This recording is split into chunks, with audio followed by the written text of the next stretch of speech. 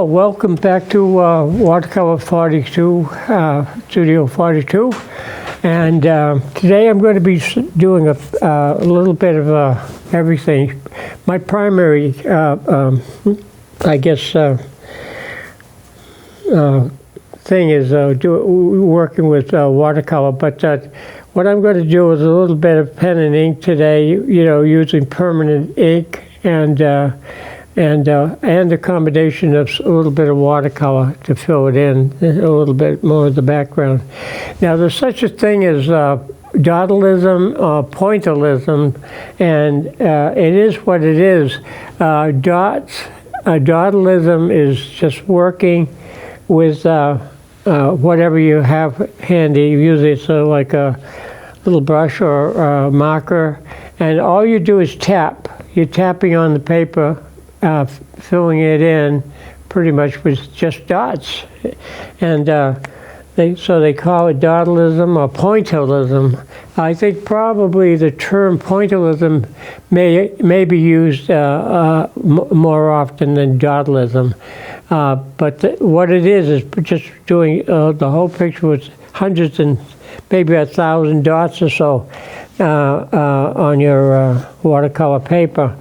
So as per usual, I start off usually with a very soft, light sketch, and then carry it on from there using markers, and finally ending up with the watercolors, a little bit of both.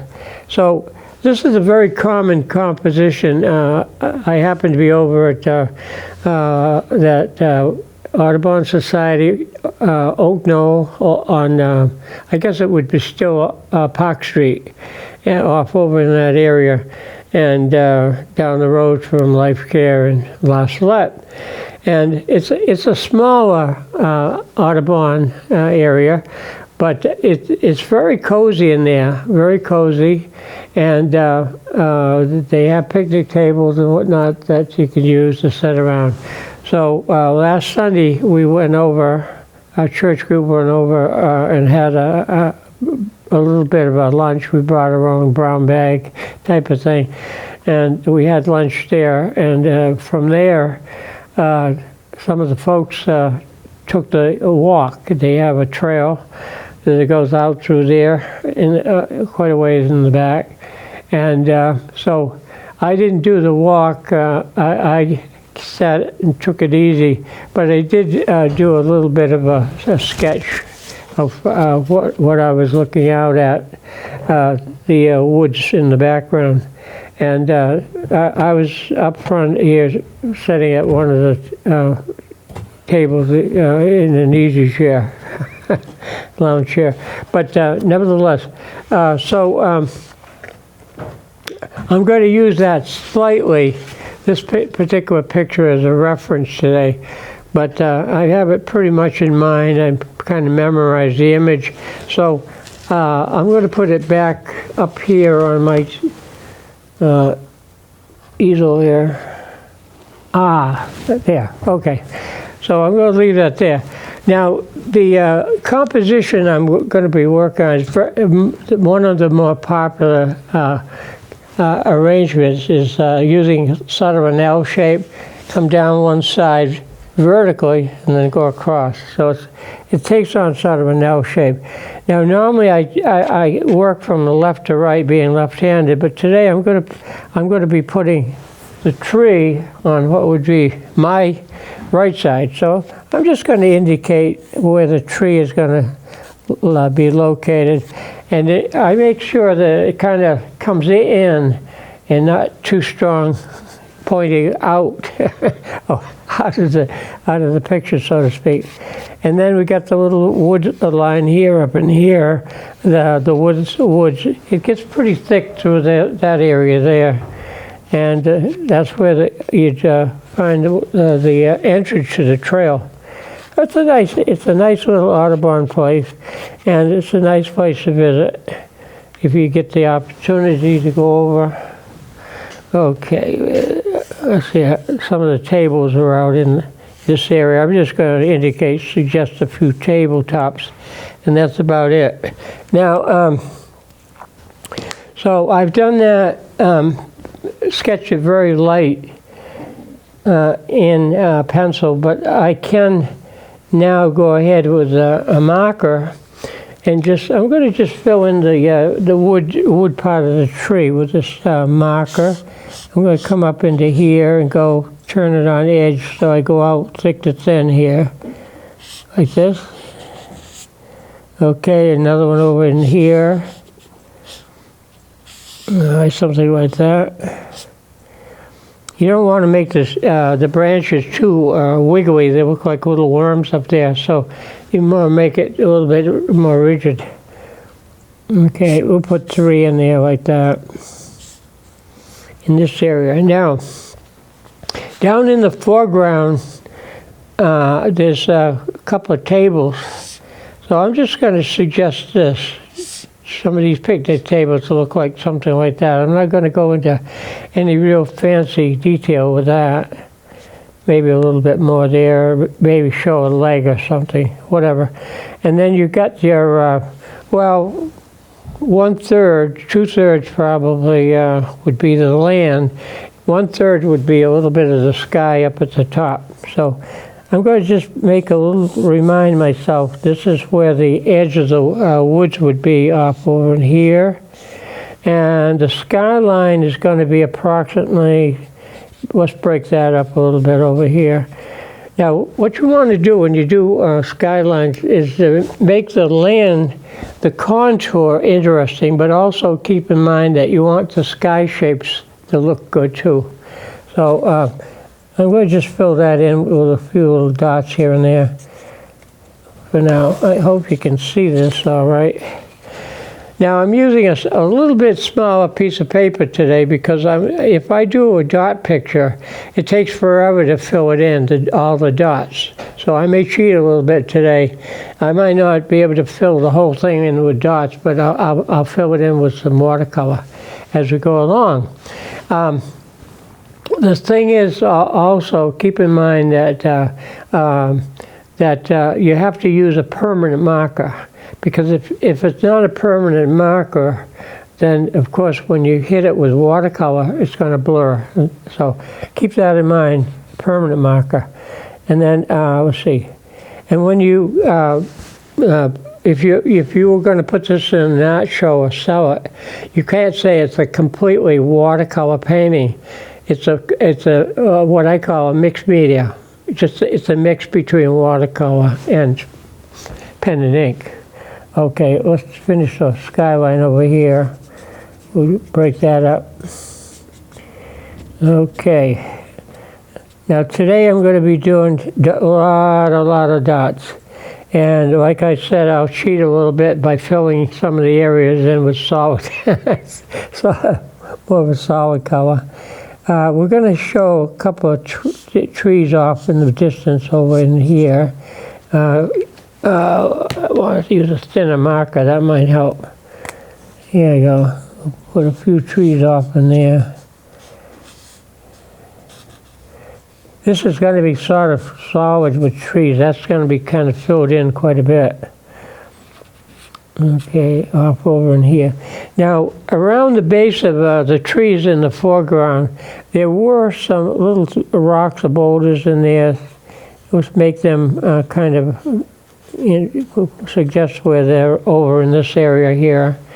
And I don't know if they, well, no, maybe a bush or two off over in here just to have something coming in from the left side. So here we go. So this is quite full in here. A lot of trees.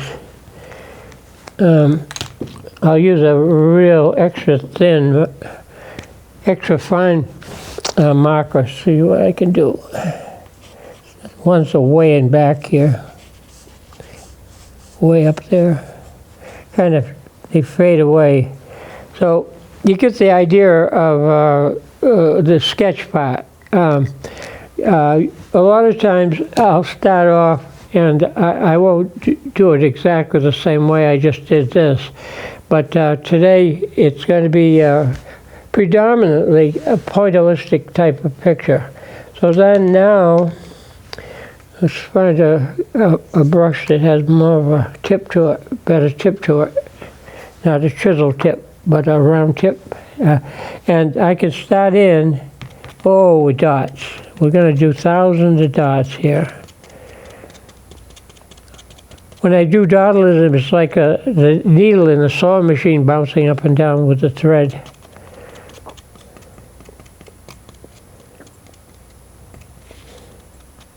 The faster you go, the better it will fill in a little bit better. Now, in some places you can still have the sunlight coming through, of course.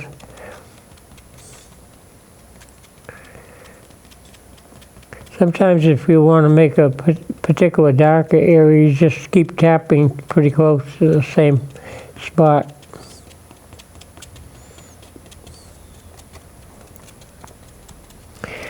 This has got to be a lot of dots, a lot of dots. Okay, back here.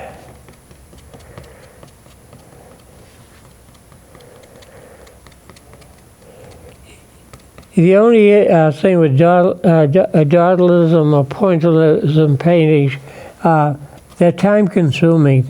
You're doing, having to slow down a lot. That's why I used a smaller piece of paper today, because it would take longer to fill up that paper than it would just doing this with a smaller. You can go even smaller with this particular picture. Let's keep filling it in. Dotalism or pointillism. I try to make the skyline kind of broken up here, a little bit more interesting. You certainly don't want a clean-cut flat edge. You want to kind of pop it up here and there.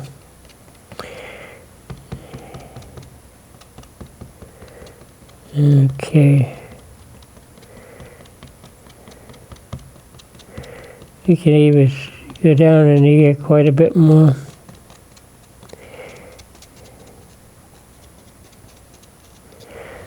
Like a sewing needle, boom, boom, boom, boom, right along, right along through here. Now, a lot of times I jump around. Some of the spots get a little bit heavier, larger in places. We could pretend maybe they're a bird nest. Some of the shapes, they're so large, it could be an eagle's nest here. They're so large.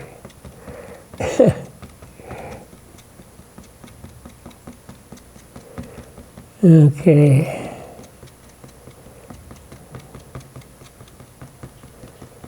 A lot of dots.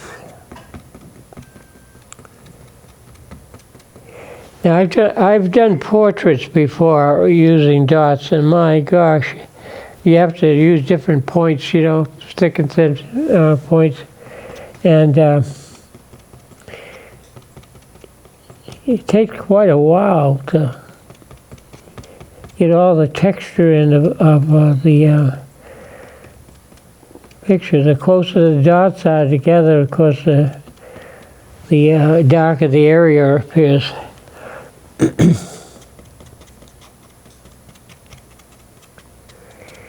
You keep working across. You get an idea what I'm doing. Sometimes I take a break and do something else. You can put more lines in there if you want. That's up to you. Whatever you want to add to your picture.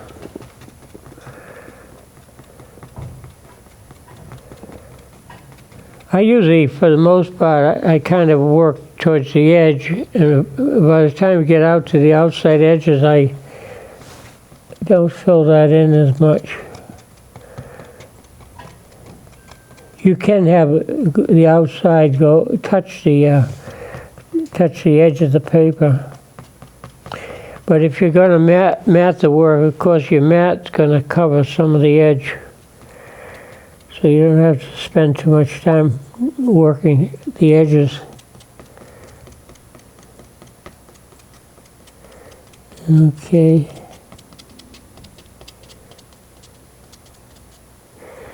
Now, I don't know if I have all my colors with me today. I thought I had a blue one in there, but I got blue. I put out some watercolor paint for that.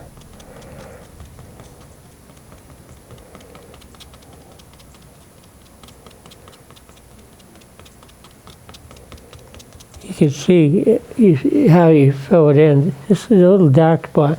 Now, if you get to a point where if you feel that you put too much on, that's why I bring my acrylic white, and I can take the white, touch up some of those solid dot areas. See, they're a little darker there, but you can take that out. I gotta keep doing the dots here.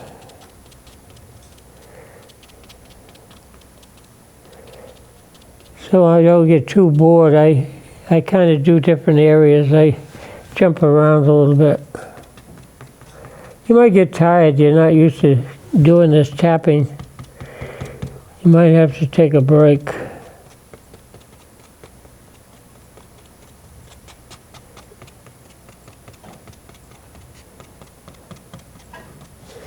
It's much darker down in the background here.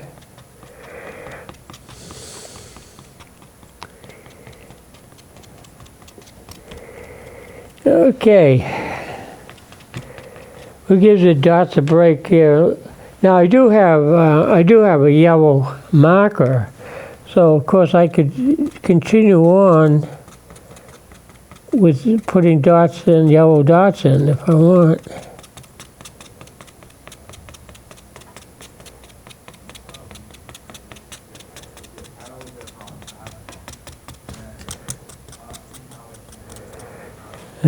I just jump around a little bit. You can see in my little picture here where the yellow might be, and then I used green. I got a green marker I used on top of that. When I was outside working, so I didn't really have the same arrangement. I didn't have that much of a source of water either, but that's why I use mostly my markers and not so much with the watercolor.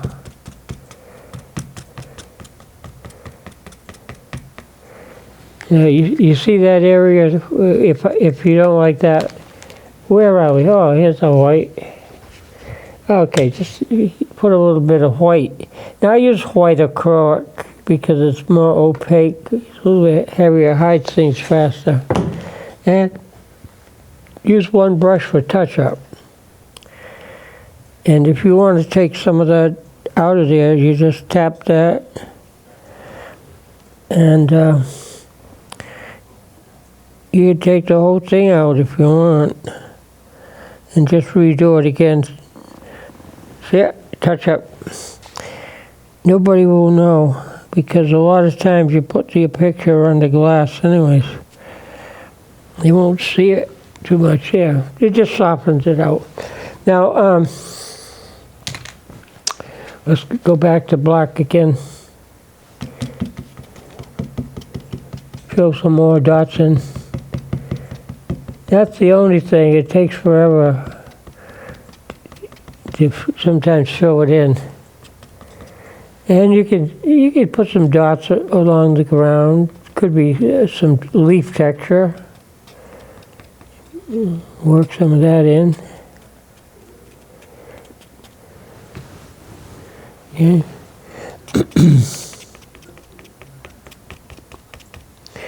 Okay.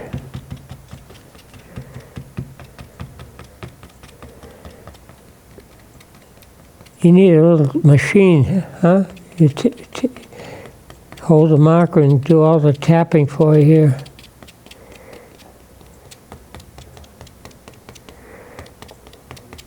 But normally when you do pointillism, it's everything is dots. Everything you do, all the solid areas and whatnot, you do it with dots. I've done some.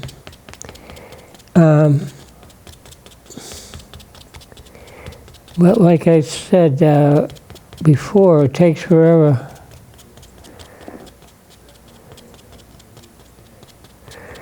what you want to do with it.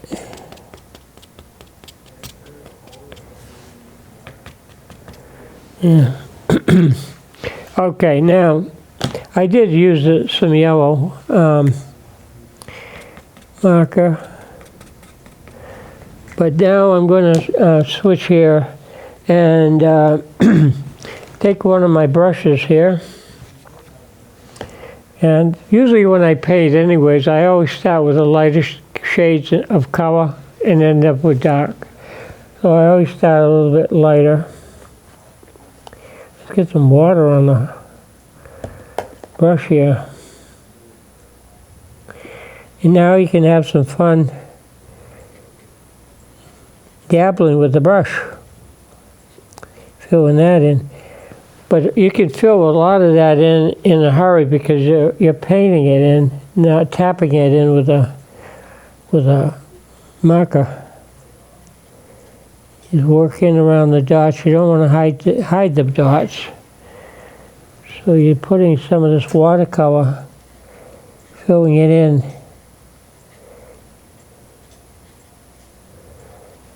Okay.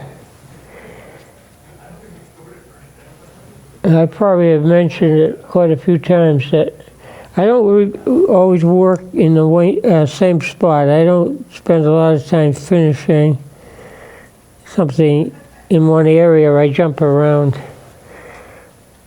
I think most artists probably do. You don't want to just work into one area. Now with the brush, you can put some of the colors in a little bit more solid. You don't have to make it just too much texture. Well, you can tap a little bit with the brush.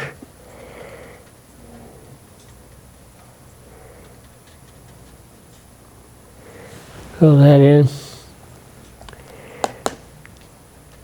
Now, when I was over at Oak Knoll, which is just off of Park Street, further out.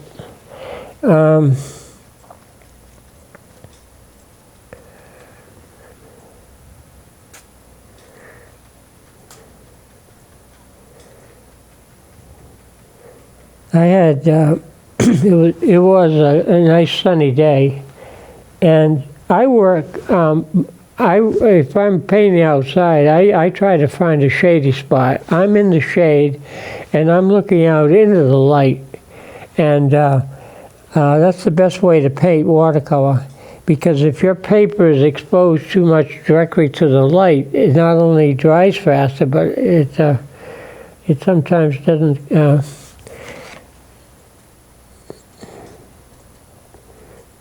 work your colors.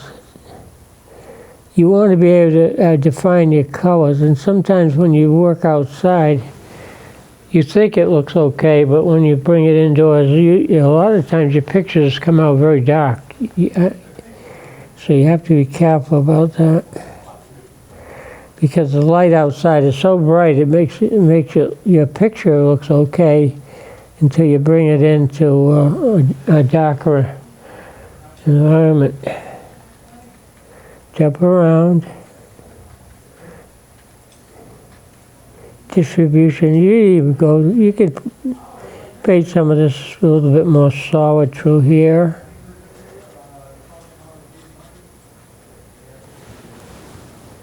There you go. Okay. Fill that in a little bit more with yellow. Yellow over here. Carry it across. Now the sunlight's going to be coming across too on the ground in some of these open areas. You'll put some sunlight coming in. Okay. And let's see where we're going with this thing. Okay. Now, if you don't bring blue with you, or I should say, if you don't bring your green, you take a little bit of your blue and yellow. And you can mix them over here on the side. If you start with a little bit more yellow and just a hint of green, that might be better.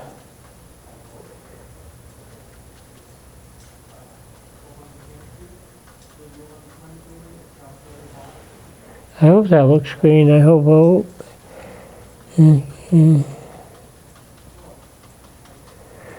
And this is where you can fill in a lot more of the solid color. We'll put a little bit more blue. You have that come out a little bit darker.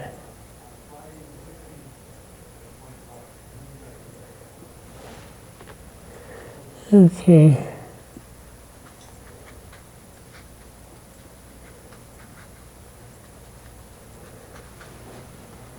Yeah, I'm jumping around a little bit more than normal.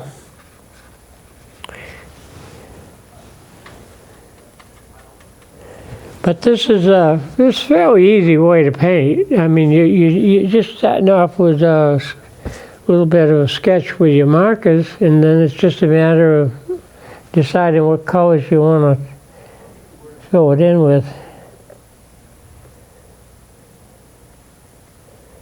I try to show people different ways, maybe different styles, and sometimes a particular style might be better for some folks.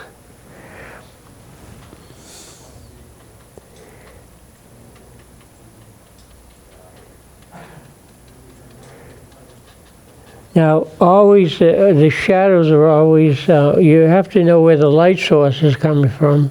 In this case, it was coming in from the left side, and the shadows on the right side. So when you do your tree, or trees, the back side over here is going to be a little bit darker.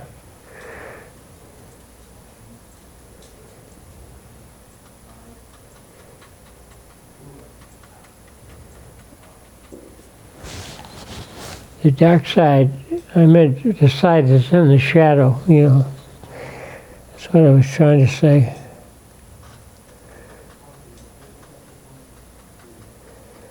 Now by painting, you can fill it in a little faster, but normally, pointillism is just, the whole thing is dots, everything. I can get away with it because I'm already saying it's not going to be a complete pen and ink. It's going to be more or less of a mixed media combination of pen and ink and watercolor.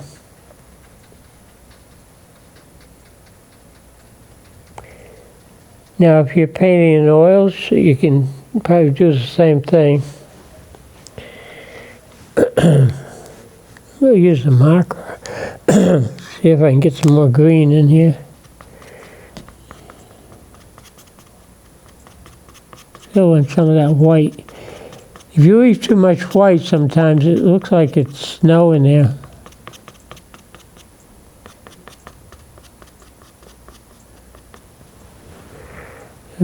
Put some more green. We're going to have a lot of green down here too, in the ground.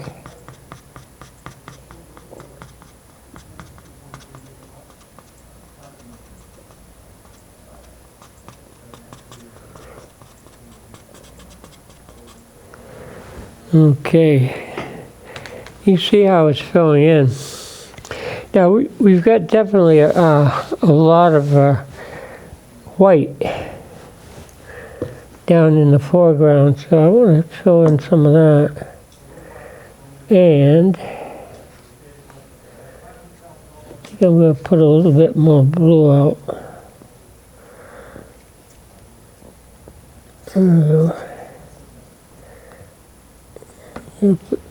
Darker shade of blue there. The blues I use the phthalo blue, and then I use the ultramarine blue. I think I can get away with those pretty good.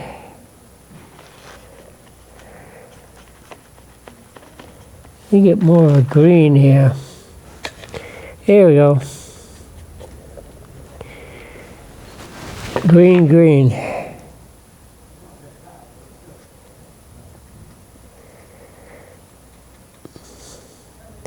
Now some of these dots I'm putting in there, they're kind of on the heavy side.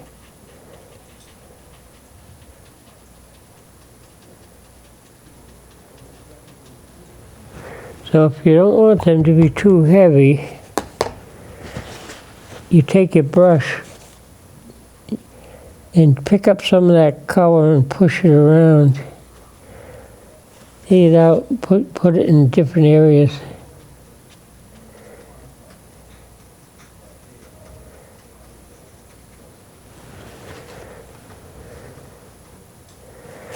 Okay, a little bit heavy in here, so I'm just going to push some of that, take some of that out, put it down into here.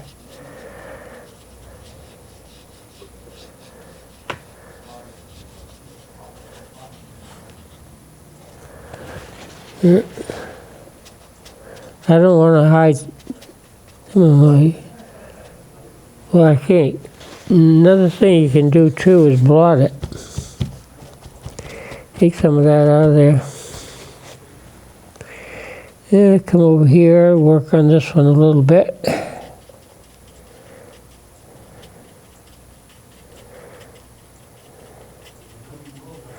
It's supposed to be the light side.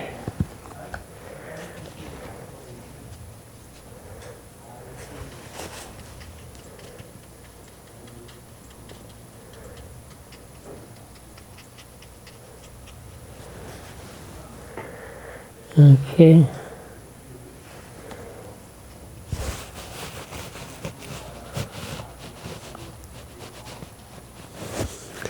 Now, if that's okay, if you want to get a little bit of blue in there, and I'm just going to kind of wiggle some blue into the sky up in here. Usually I wet the paper when I do the sky, wet the paper and then put the color in and sort of soften it out. Yeah.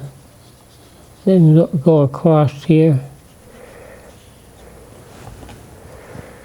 It looks a little bit green because I didn't clean my brush off enough.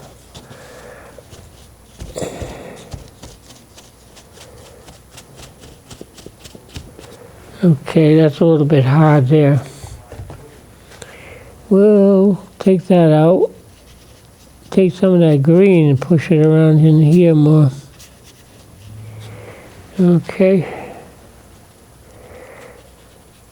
Now, a lot of times I always say that if you're doing an outdoor painting, you can get away with a lot of so-called going outside the line or filling something in too much.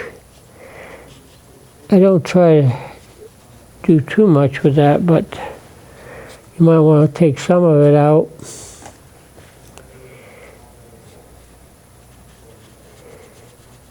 Get rid of some of the white. If you have too much white showing through, sometimes it starts looking like snow.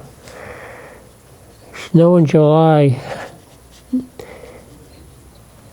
Didn't seem to be, doesn't work so well. Oops, that blue is kind of heavy, isn't it? Dark.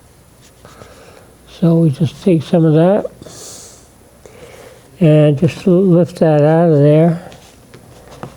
Bring this down here a little bit and spread it around. And spread some of that over here. Pour it over. And blue up into that corner.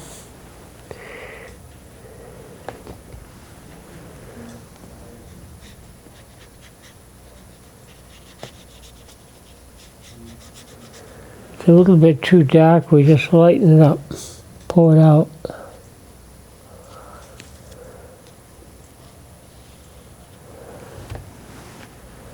Sometimes I put the blue in first.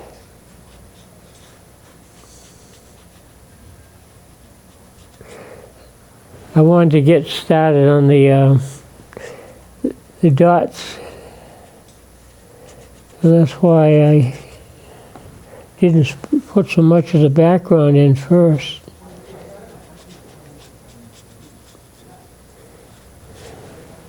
Yeah, something like that.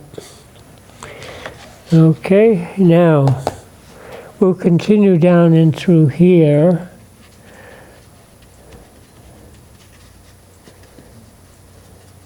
And down around the bottom here. Now, what we want to do is probably make this much deeper up in here, because the darker you make that background, the further you can go back up into the woods visually here.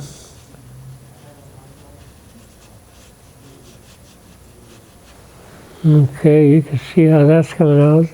Pull that across up into here. Now there's a lot more that you can do. Initially, when you start out, you can do more drawing than I happen to. You could put more trees and things in there. Now, I can add more trees with the marker, but not while the watercolor is wet. You have to let that dry out. Let's do a little bit of this on the ground.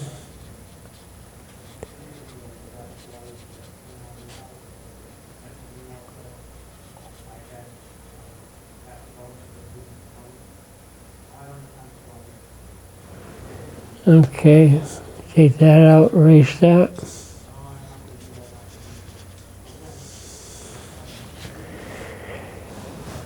Okay, now if you need more color, we got blues and we got of course the black and the yellow.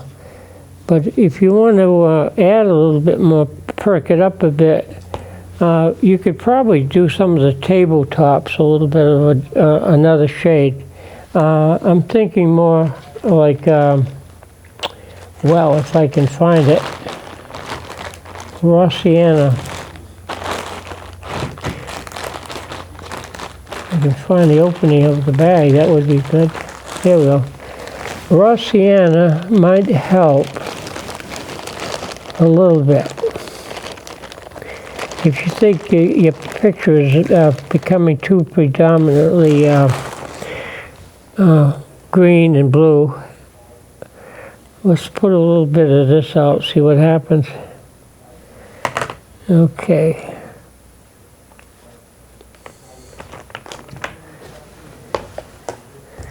Clean that off. Do some of the tables.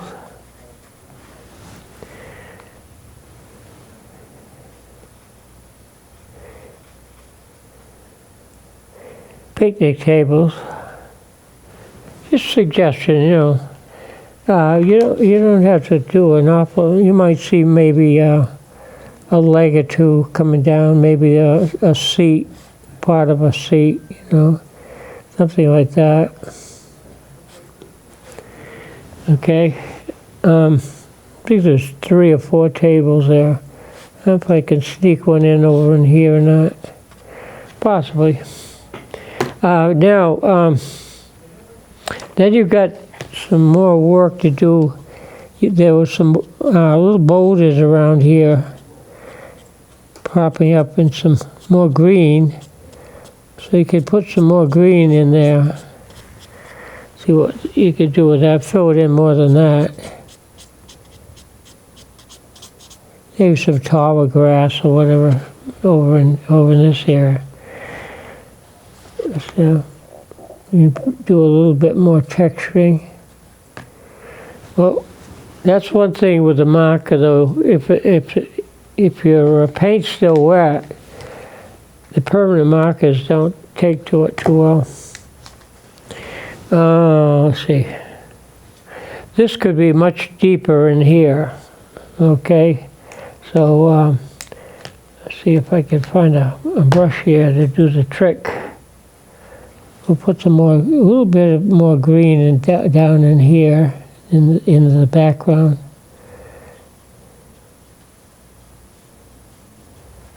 A little bit across the ground. Fill in some of that. Otherwise, you leave too much white, it starts looking like it's snow on the ground, and you don't want to have snow in the middle of June type of thing.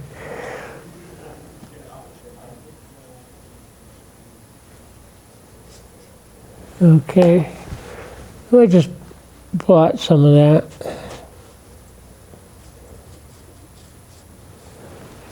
Now what happens is when you look at it in the morning, of course it's going to look a lot lighter. Sometimes you have to go back, reactivate your color, which you can do with the watercolor. And just kind of paint a little bit more into it. Let's give it a little bit more across here. Maybe some tall grass. Oh, take the cap off, work better. There you go.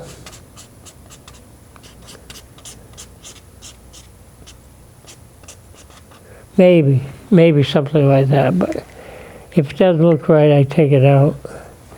Another thing, you can make like a little fence. Make some fencing around here. Just to add something to the foreground. Yeah. Yeah, it's coming along pretty good.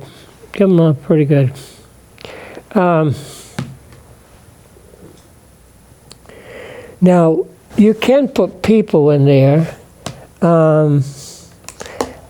but you have to be just careful that you don't overwork the figure. You probably just put a dot for the head and a little bit of the bodies, maybe have a few people. You hardly have to do next to anything to suggest people.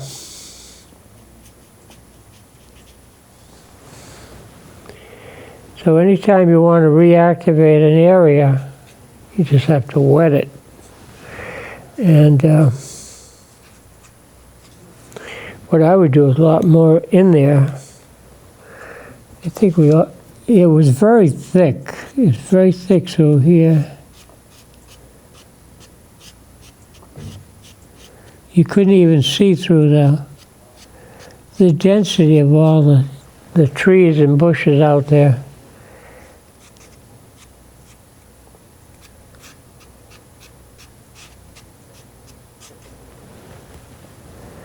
And kind of bounce it off. A little bit too light in the foreground. You could make it like, it doesn't have to be always grass. You can make it look like it's a sandy spot in there too. Just some ground in there.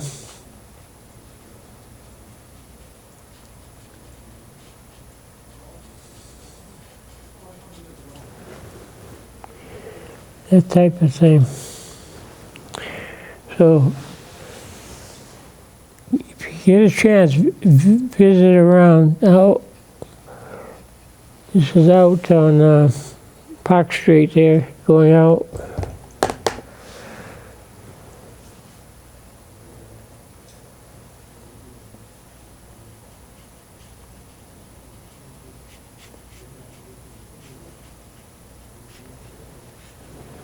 Yeah.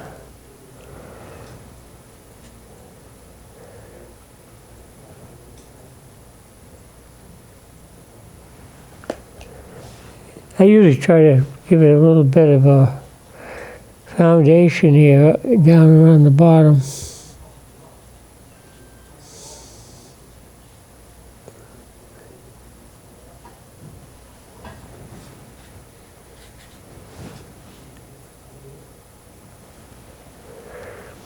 It'd be nice if you had a little body of water that kind of broke through there. There is a stream I've been out and back of La Salette, and I think it was a man-made, like a canal that goes out through that way, and I'm quite sure it goes into the main body of water, maybe part of the 10-mile river there at some point.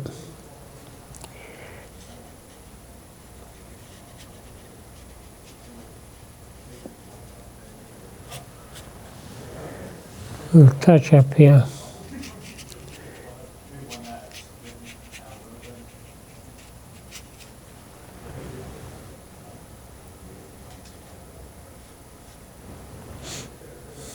Uh,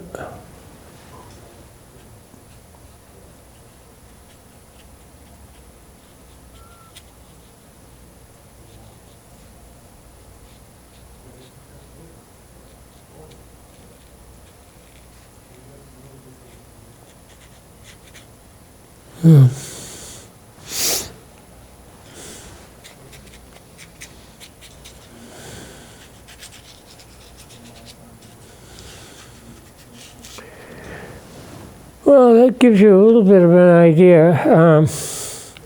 It's a very attractive, like, location. They've got kind of a drive that you can kind of turn around, come out, come in one side and loop around.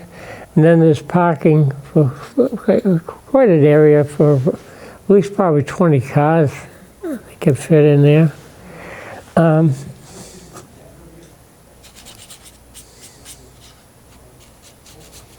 Another place that I like is that one up in Norfolk, Stony Brook. I don't know if you've ever been over there. That's a nice location too. And they've got more boardwalk that goes off into the wetland, you know, type of thing. That's kind of interesting.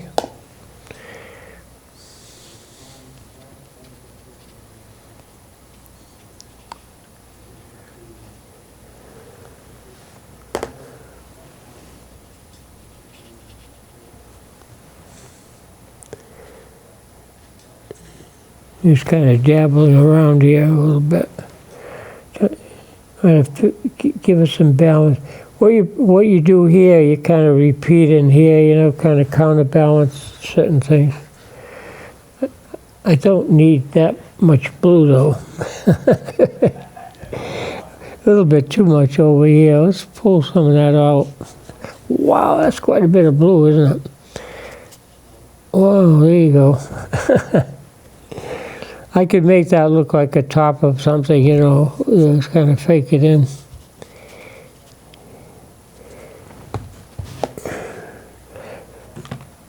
Now you can see, this is a good way to show people what not to do sometimes.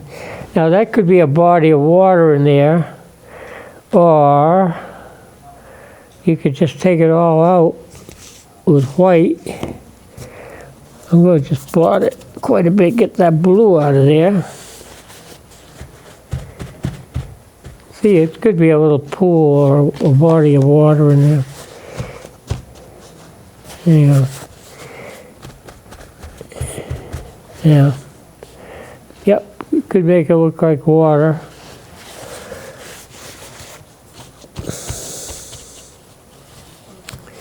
Or I'm going to show you something else. Let's take, where's that yellow? Not the, what did I do with the tube of yellow? Hiding somewhere. Is it? Okay. We'll try this. See if no, I don't want to. That's not yellow enough. I need a stronger yellow. I don't think I put it back in the bag.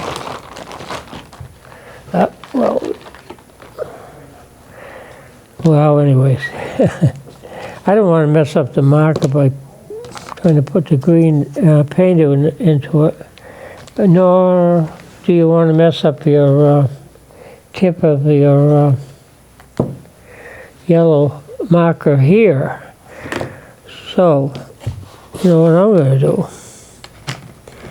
I'm just going to make that look like the water and let it go. It's a little edge of the brook. Sometimes you see that blotted out. Yeah, just looks like a little body of water. You could have a little brook running down through there, whatever. New added attraction here. Okay, I can take that out if when it dries with white, if I so desire. If this is dry enough, I just put a few more dots out here. Fill this in a little bit more.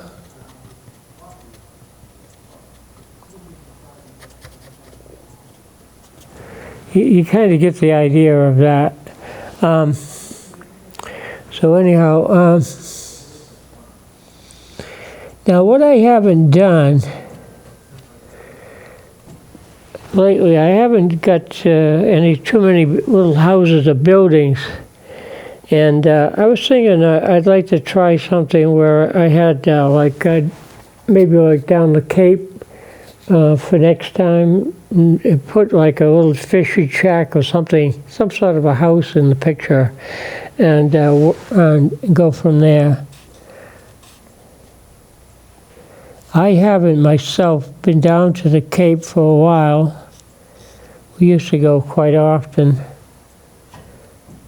I haven't been down there lately.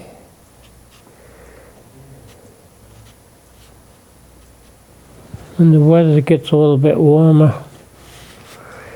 I think the water's still a little bit on the chilly side for swimming. I know a lot of people do go in swimming when it's a little bit on the cool side, but I try to have it warm up a little bit more than what it is right now. You could keep adding to it. But I guess I'm going to call it a day here. A little bit more around the edge of the water. Have some more things growing on the edge.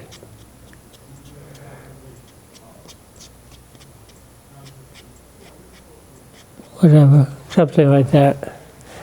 Okay, so I guess that's pretty well it for this week.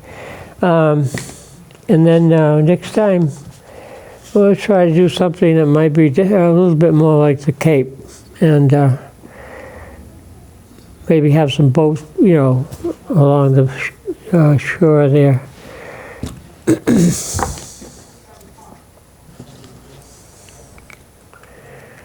So, where's a brush around here? I guess I'm going to say for this week, brushes up, and we'll see you a little bit later, okay? In the meantime, stay cool and enjoy the good weather.